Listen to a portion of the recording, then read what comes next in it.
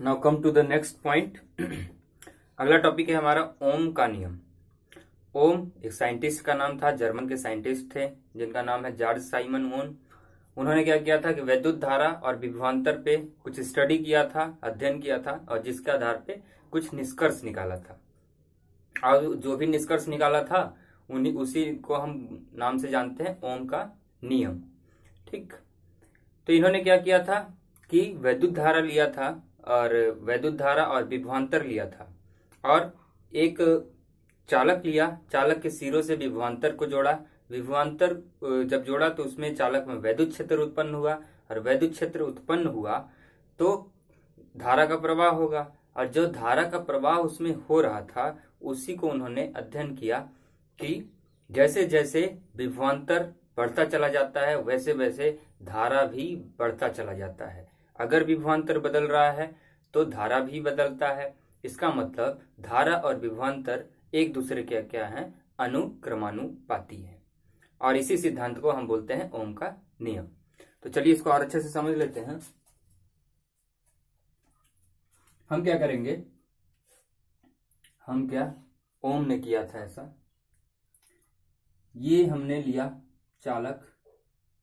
ठीक, चालक के दोनों सिरों को हम जोड़ देंगे किससे, विभवांतर से।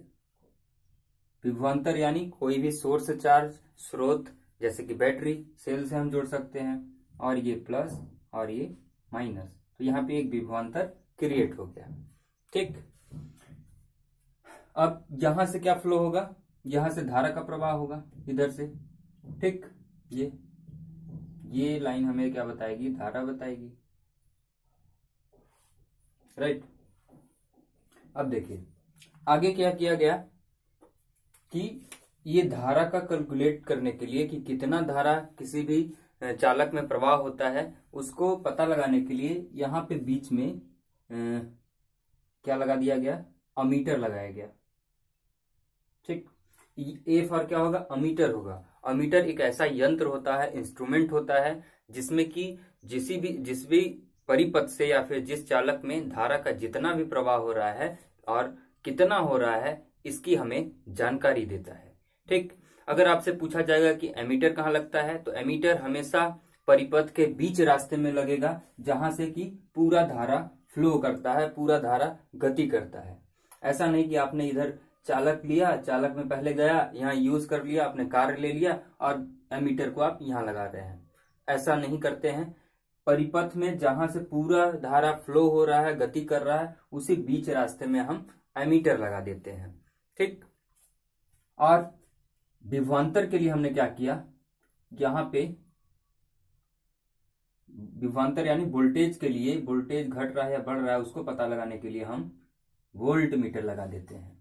ठीक, तो वोल्ट मीटर हमें वोल्टेज की जानकारी देता है कि कितना विभवांतर आप बढ़ा रहे हैं या फिर किसी चालक में कितना विभवांतर आप घटा रहे हैं। और ये जो विभवांतर आप बढ़ा रहे हैं या फिर जो घटा रहे हैं, ये ऑटोमेटिक तो घटेगा बढ़ेगा नहीं। तो इसके लिए हम एक यंत्र का और यूज करते हैं एज अ रेगुलेटर, जो कि इस विभवांतर को कंट्रोल करता है। तो उसको हमने यहाँ पे लगाया और उसका हमने सिंबल दिया ऐसा। ये जो एरो है ये आपको ये जानकारी दे रहा है कि यहाँ पे एक यंत्र लगाया गया है, कंट्रोलिंग यंत्र लगाया गया है, जो कि ऐसा इंस्ट्रूमेंट है जो इस विभवांतर को रेगुलेट करता है, कंट्रोल करता है। जैसे कि आपके फैन में रेगुलेटर लगा रहता है, जब आप उसको तेज और घुमा देते हैं तो फैन स्पीड चलने लगेगा, जब आप घटा देंगे तो फैन धीमा हो जाता है। तो सेम इसी टाइप से ये यंत्र है, जिसको आगे हम पढ़ेंगे। आगे क्या पढ़ेंगे, रेजिस्टेंस यानी प्रतिरोध के नाम से जानते हैं इसे। तो ये क्या करेगा, इस विभवांतर को रेगुलेट करेगा, क्योंकि हमें क्या करनी है, हमें तो गणना करना है, जो ओम का नियम है उसको निष्कर्ष की ओर पहुंचना है। तो ये हमने एक सिस्टम बनाया। अब ये जो सिस्टम है इसमें होता क्या है, ये जो विभवांतर है ये क्या काम करेगा, जितना भी इस चालक के अंदर आवेश के कण होंगे, आवेश के वाहक होंगे, उनको धक्का देने का काम करेगा। ठीक, कैसा धक्का देगा, इधर से। और ये धक्का ऐसा नहीं कि इधर गया, ये विभवांतर गया और यहाँ पे जाके खत्म हो गया, ऐसा नहीं। ये इधर से गया और वापस फिर से उसी आवेश को अपने पास इकट्ठा कर लेता है। इधर से दिया और वापस से घुमा के फिर अपने अंदर ले लेता है, वापस ले आता है। ये एक प्रक्रिया लगातार चलती रहती है, बिल्कुल आपके साइकिल के पैडल के टाइप। साइकिल में हम पैडल लगाते हैं, ऐसे पैडल हम मारे तो पैडल में हम जो चैन का लिंक है उसको हम क्या बना रहे हैं? क्या नहीं बना रहे हैं, केवल हम क्या करा रहे हैं? फ्लो करा रहे हैं। यहां से हमने साइकिल का पैडल ऐसे लगाया, लिंक ऐसे गई, और फिर जब ऐसे हमने पैडल साइकिल का किया तो वो लिंक फिर से वापस आ गई। तो ये जो पैडल आप चला रहे हैं तो कैसे चला रहे हैं? आप ऊर्जा दे रहे हैं, कुछ ना कुछ कार्य कर रहे हैं। तो वही ऊर्जा देने का काम कौन करता है? ये विभवांतर करेगा। ये जो बैटरी यहाँ पे कनेक्ट है वो करेगा, जो कि आवेश को धक्का लगाएगा, और जो भी अपना काम होगा उसको करके इधर से गया और इधर से फिर वापस ले आता है ऊर्जा को। तो ये था, ठीक। अब इनमें ओम ने गणना क्या किया कि ओम ने फिर एक टेबल बनाया, ऐसा एक टेबल उन्होंने बनाया, एक तरफ भी आई, और ये क्या है? Serial number 1 2 3 4 5। ये एक्सपेरिमेंट उन्होंने किया। 0 0 2 1 4 6 10 2 3 5। तो इन्होंने एक्सपेरिमेंट में क्या देखा कि जब ये विभवांतर 0 है तो वैद्युत धारा भी कितना है? 0 है। और जैसे ही हम विभवांतर को डबल कर देते हैं, दुगुना करते हैं, तो ये आई जो है, जो वैद्युत धारा है, ये भी दुगुना हो जाता है। ठीक, कैसे? देखिए यहाँ पे देखिए विभवांतर जब 2 था तो वैद्युत धारा 1 है। जब इसको आपने डबल किया, 2 से कितना बनाया? 4 कर दिया, गुणा कर दिया ना 2 से। जब आपने इसको डबल किया तो ये देखिए आई भी क्या हो गया? डबल होके 2 हो गया। जब आपने इस 2 को ट्रिपल कर दिया, 3 गुना कर दिया, तो देखिए वैद्युत धारा भी बढ़ के कितना हो गया? 3 गुना हो गया। ठीक, और जब आपने इस पूरे विभवांतर को 5 गुना कर दिया, मतलब 2 पंचे 10 वोल्ट कर दिया, तो वैद्युत धारा भी जो पहले था वो भी 5 गुना अपने से हो जाएगा। यानी 1 से कितना बन गया? 5 बन गया। तो इस प्रकार से उन्होंने देखा कि जैसे जैसे हम विभवांतर को बढ़ाते जाते हैं वैसे वैसे वैद्युत धारा में भी बदलाव आते रहता है। जैसे आप इसको डबल करेंगे तो ये भी डबल होगा, अगर आप इसको ट्रिपल कर देते हैं तो ये भी ट्रिपल होगा, अगर आपने इसको 5 गुना बढ़ाया तो ये भी 5 गुना बढ़ जाता है। तो इसका मतलब हम सिद्धांत पे ये पहुंचे, ये जो V है यानी विभवांतर जो है ये डायरेक्टली प्रोपोर्शनल है किसके? I के, यानी क्या है? अनुक्रमानुपाती है I के वैद्युत धारा के, और इसी को हम बोलते हैं ओम का नियम। ठीक, अगर इतनी बात समझ में आई तो इसको अब परिभाषा हम इसकी लिख लेते हैं। ओम के नियम की परिभाषा क्या है?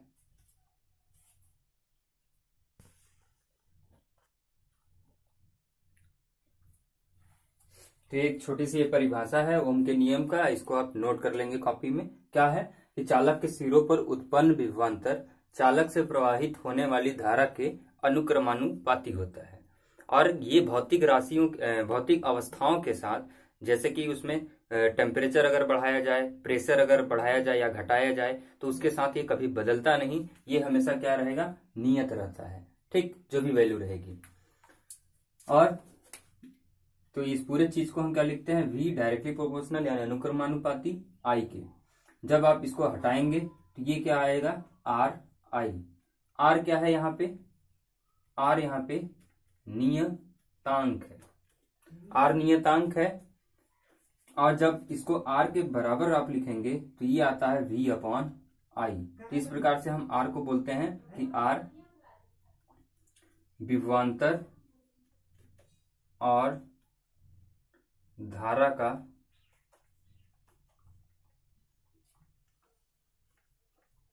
अनुपात है। ठीक, और इसी चीज को हम एक और नाम से जानते हैं, क्या? प्रतिरोध। इसको भी आप नोट कर लेंगे। आगे हम प्रतिरोध के बारे में पढ़ेंगे, तो अभी फिलहाल इतना जान जाइएगा कि विभवांतर और धारा का अनुपात क्या होता है? R होता है, और R को हम एक नाम से जानते हैं, क्या बोलते हैं? प्रतिरोध। और एक आर नियतांक भी है किसका, ओम के नियम का। ठीक, ये चीज आप नोट कर लेंगे। इसके बाद आगे बढ़ते हैं। अगर हम बात करें इसके ग्राफ की, ये ग्राफ इंपॉर्टेंट है, कभी कभी एग्जाम में पूछ लिया जाता है। अगर हम इसके ग्राफ की बात करेंगे तो आप क्या करेंगे, एक तरफ आई लेंगे और दूसरी तरफ वी। मान लीजिए आपने यहाँ पे लिया वी यानी विभवांतर, आई यानी वैद्युत धारा। तो इसका जो ग्राफ बनता है तो हम देखते हैं कि जैसे जैसे विभवांतर बढ़ेगा वैसे वैसे आई बढ़ता चला जाता है। तो ये इसका ग्राफ एकदम सीधे स्ट्रेट लाइन बनेगा ऐसा। ठीक, एकदम सीधी रेखा बनेगी ऐसी। और ये क्या है, यहाँ पे 0 है। अब अगर आप इसको इस पॉइंट को ऐसे मिलाएंगे और अगर इसको पॉइंट को ऐसे मिलाएंगे तो देखेंगे आप कि ये वाली जो यहाँ पे इसका जब हम स्लोप बनाएंगे तो ये वाला जो चीज है और ये वाली लाइन को जब ऐसे आप मिलाएंगे तो ये क्या देगा आपको, ये आपको बता रहा है यहां से लेकर यहां तक की लाइन क्या बता रही है, ये बता रहा है आपको डीवी, यानी विभवांतर में जो भी बदलाव हो रहा है यहां से लेकर यहां तक। और ये यहां तक, ये जो ये छोटा सा डिस्टेंस है हमारा जो स्लोप है, ये हमें जानकारी दे रहा है डी आई की, यानी यहां से यहां तक में जितना धारा का बदलाव हुआ। यही चीज जब आप इधर बनाएंगे तो यहाँ भी आपको वही चीज मिलेगा। फिर से आप यहाँ लाइन खींचेंगे ऐसे ऐसे, तो यहाँ पे भी ये जो हमारी वर्टिकल वाली डायरेक्शन होगी, जो ऊपर वाली लाइन होगी ऐसे, वो क्या हमें जानकारी देगा, विभवांतर का, कितना विभवांतर उसमें बदल रहा है। और जो स्ट्रेट वाली लाइन होगी ऐसे हॉरिजॉन्टल, वो हमें देगा डी आई यानी वैद्युत धारा, कि वैद्युत धारा में कितना बदलाव हो रहा है। तो ग्राफ में भी आपके एग्जाम में कभी कभार क्वेश्चन पूछ लिए जाते हैं। क्वेश्चन क्या आते हैं उसको हम जान लेते हैं। ठीक, ये ग्राफ ये आप बना लीजिएगा। एग्जाम में कैसे क्वेश्चन पूछा जाता है ग्राफ से, ओम के नियम से, और लगभग पूछ ही लिया जाता है, देख लीजिए।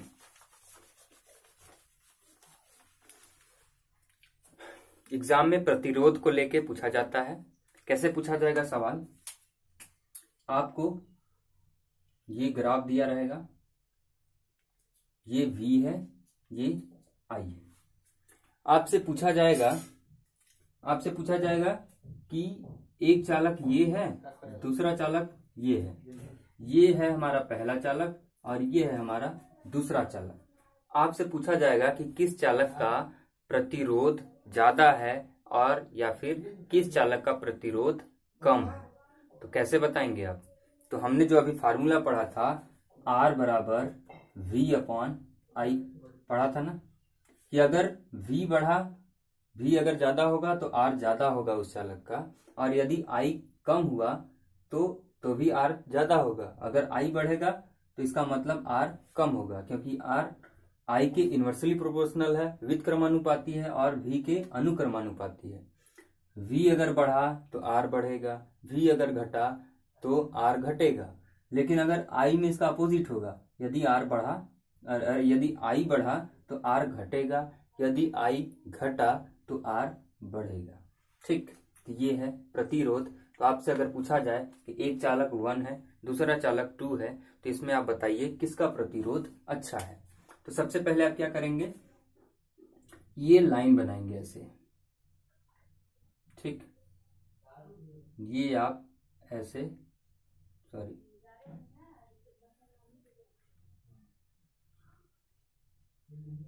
पहले आप क्या करेंगे, लाइन बना लेंगे।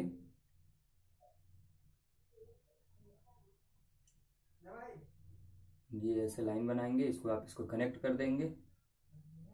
अब फिर आप स्लोप बनाएंगे। तो यहां देखिए ये वाली चीज, ये क्या है, डी आई है, और ये क्या है, डीवी है। यहां भी बनाएंगे तो यही चीज मिलेगा आपको, ये जो वाला यहाँ, क्योंकि हमारा V ऊपर है तो यहाँ हमें मिलेगा डीवी और यहाँ हमें मिलेगा डी आई। दिख रहा है ना। तो हम स्लोप से पता करते हैं कि R किस माध्यम का, किस चालक का ज्यादा या फिर कम होगा। तो हम एक चीज देख रहे हैं कि यहाँ पे जब वर्टिकल वाली लाइन को देखेंगे तो ये जो हमारा डीवी है, पहले वाले चालक का कम है और दूसरे वाले चालक का ज्यादा है। इसका मतलब हमने क्या पढ़ा था कि V ज्यादा तो R ज्यादा। तो जो दूसरा चालक हुआ जिसको हम बोलेंगे R2, तो दूसरे चालक का प्रतिरोध ज्यादा हुआ किसके, पहले चालक के प्रतिरोध से, यानी R2 ज्यादा है किससे, R1 से। बात समझ में आई? क्यों? क्योंकि यहाँ पे dV ज्यादा हो रहा है किससे, 1 से। ठीक, एक दूसरा ग्राफ लेते हैं। दूसरे ग्राफ में हमने क्या किया, दूसरे ग्राफ में हमने क्या किया, फिर से हमने दो चालक लिए, 1 2 IV।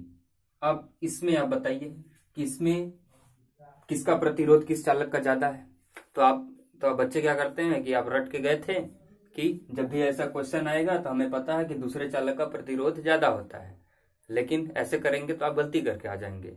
गलती क्यों करके आ जाएंगे, क्योंकि यहाँ पे देखिए ग्राफ यहाँ पे बदल दिया गया। पहले भी यहाँ पे था, I यहाँ पे था, अब हमने क्या किया, I को यहाँ पे कर दिया, V को यहाँ कर दिया, तो बदल दिया गया है। तो आप कभी भी जब आंसर करेंगे ग्राफ का तो ये देखेंगे कि यहाँ पे वर्टिकल में क्या है और हॉरिजॉन्टल में क्या है, उसके आधार पे आप डिसाइड करेंगे। तो फिर से आप यहाँ पे स्लोप जब बनाएंगे ऐसे, ये आप ऐसे स्लोप बनाएंगे, तो हम देख रहे थे कि यहां से जो ऐसे स्लोप बन रहा था, ये चीज हमें क्या मिल रहा था, dV मिल रहा था, लेकिन यहाँ पे I है। अब ये वाली चीज हमें DI देगा और नीचे वाला चीज हमें dV देगा। सेम इसी टाइप से ये वाली चीज हमें DI देगा और ये वाली चीज हमें क्या देगा, dV देगा। ठीक, अब R जो है I की क्या है, विद्युत क्रमानुपाती है। तो यदि I घटा तो R बढ़ा, और यदि I बढ़ा तो R घटा। तो इसमें हम देख रहे हैं किसका DI कम है, जिसका DI कम तो उसका क्या होगा, R ज्यादा होगा। ठीक, तो DI इसका कम है, किसका, प्रतिरोध पहले का, तो इसका मतलब R1 बड़ा है किसके, R2 के साथ। ठीक, बात समझ में आया? तो इसमें चालक पहले का प्रतिरोध ज्यादा है दूसरे से जब I/V है, और जब V/I है तो R2 ज्यादा है, दूसरे चालक का प्रतिरोध ज्यादा है किसके, R1 से। तो इस चीज को आप दिमाग में अच्छे से बैठा लेंगे। क्यों? क्योंकि यहाँ पे देखिए कि DI को हम नोटिस करेंगे, यहाँ पे हम dV को नोटिस कर रहे हैं। जिसका dV ज्यादा उसका प्रतिरोध ज्यादा, जिसका dV कम उसका प्रतिरोध, जिसका DI यहाँ पे कम उसका प्रतिरोध ज्यादा। ठीक, ये था ओम का नियम। अब इसमें एक छोटा सा डेरिवेशन भी है कि ओम की व्युत्पत्ति कैसे होती है, तो उसको भी हम कर ही लेते हैं। छोटा सा डेरिवेशन है, टाइम नहीं लगेगा। प्रूफ करते हैं कि कैसे आएगा V directly proportional to I। तो हमने अभी तक पढ़ा है कि I बराबर होता है NE/AV/D, ये पढ़ा है। और एक चीज हमने और पढ़ा है कि VD कितना होता है, -EE/τ/m होता है ना। तो अब इसी चीज को आप VD को इसमें पुट कीजिए। इसमें जब आप पुट करेंगे तो I बराबर कितना हो जाएगा, N.E/τ/m।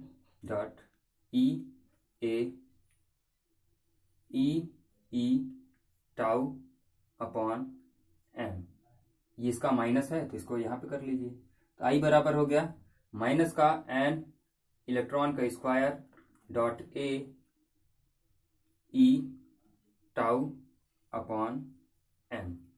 ठीक, इतनी चीजें। अब यहां पे क्या होता है, एक सेकेंड, हाँ, अब एक चीज हमें और पुट करना पड़ेगा E का। ठीक, क्योंकि हमें विभवांतर चाहिए। तो E बराबर आप यहां पे पुट करेंगे, E क्या होता है, dV/dr। dV क्या है, वोल्ट है, विभवांतर है, तो इसको हम V पुट करेंगे। और dr क्या है, चालक की दूरी है, लंबाई है, तो इसको हम L से प्रदर्शित करेंगे। फिर E की जगह पे आप इसको पुट कर दीजिए। जैसे ही आप E की जगह पे इसको पुट करेंगे तो ये कितना हो जाएगा, -ENE/AV/τ/mL हो जाएगा। ठीक, अब -EE² और ये τ/m/L, ये सारी वैल्यूज क्या हैं, नियतांक होती है। ये कभी बदलती नहीं है। हर चालक के लिए क्या रहेंगी, नियतांक रहेंगी, नियत रहेंगी हर कंडीशन में। तो इसको हम वैल्यूज को नियतांक मान लेंगे तो हमारे पास क्या बचेगा, I बराबर V बचेगा। ठीक, और जब I बराबर हमारे पास ये केवल V बचेगा, इतनी चीजें हमें नियतांक हो गई। ठीक, क्या क्या, ये और ये हमारे पास नियतांक हो गया, तो केवल हमारे पास V बचेगा। तो इसलिए हम कहते हैं I directly proportional to V या फिर V directly proportional to I।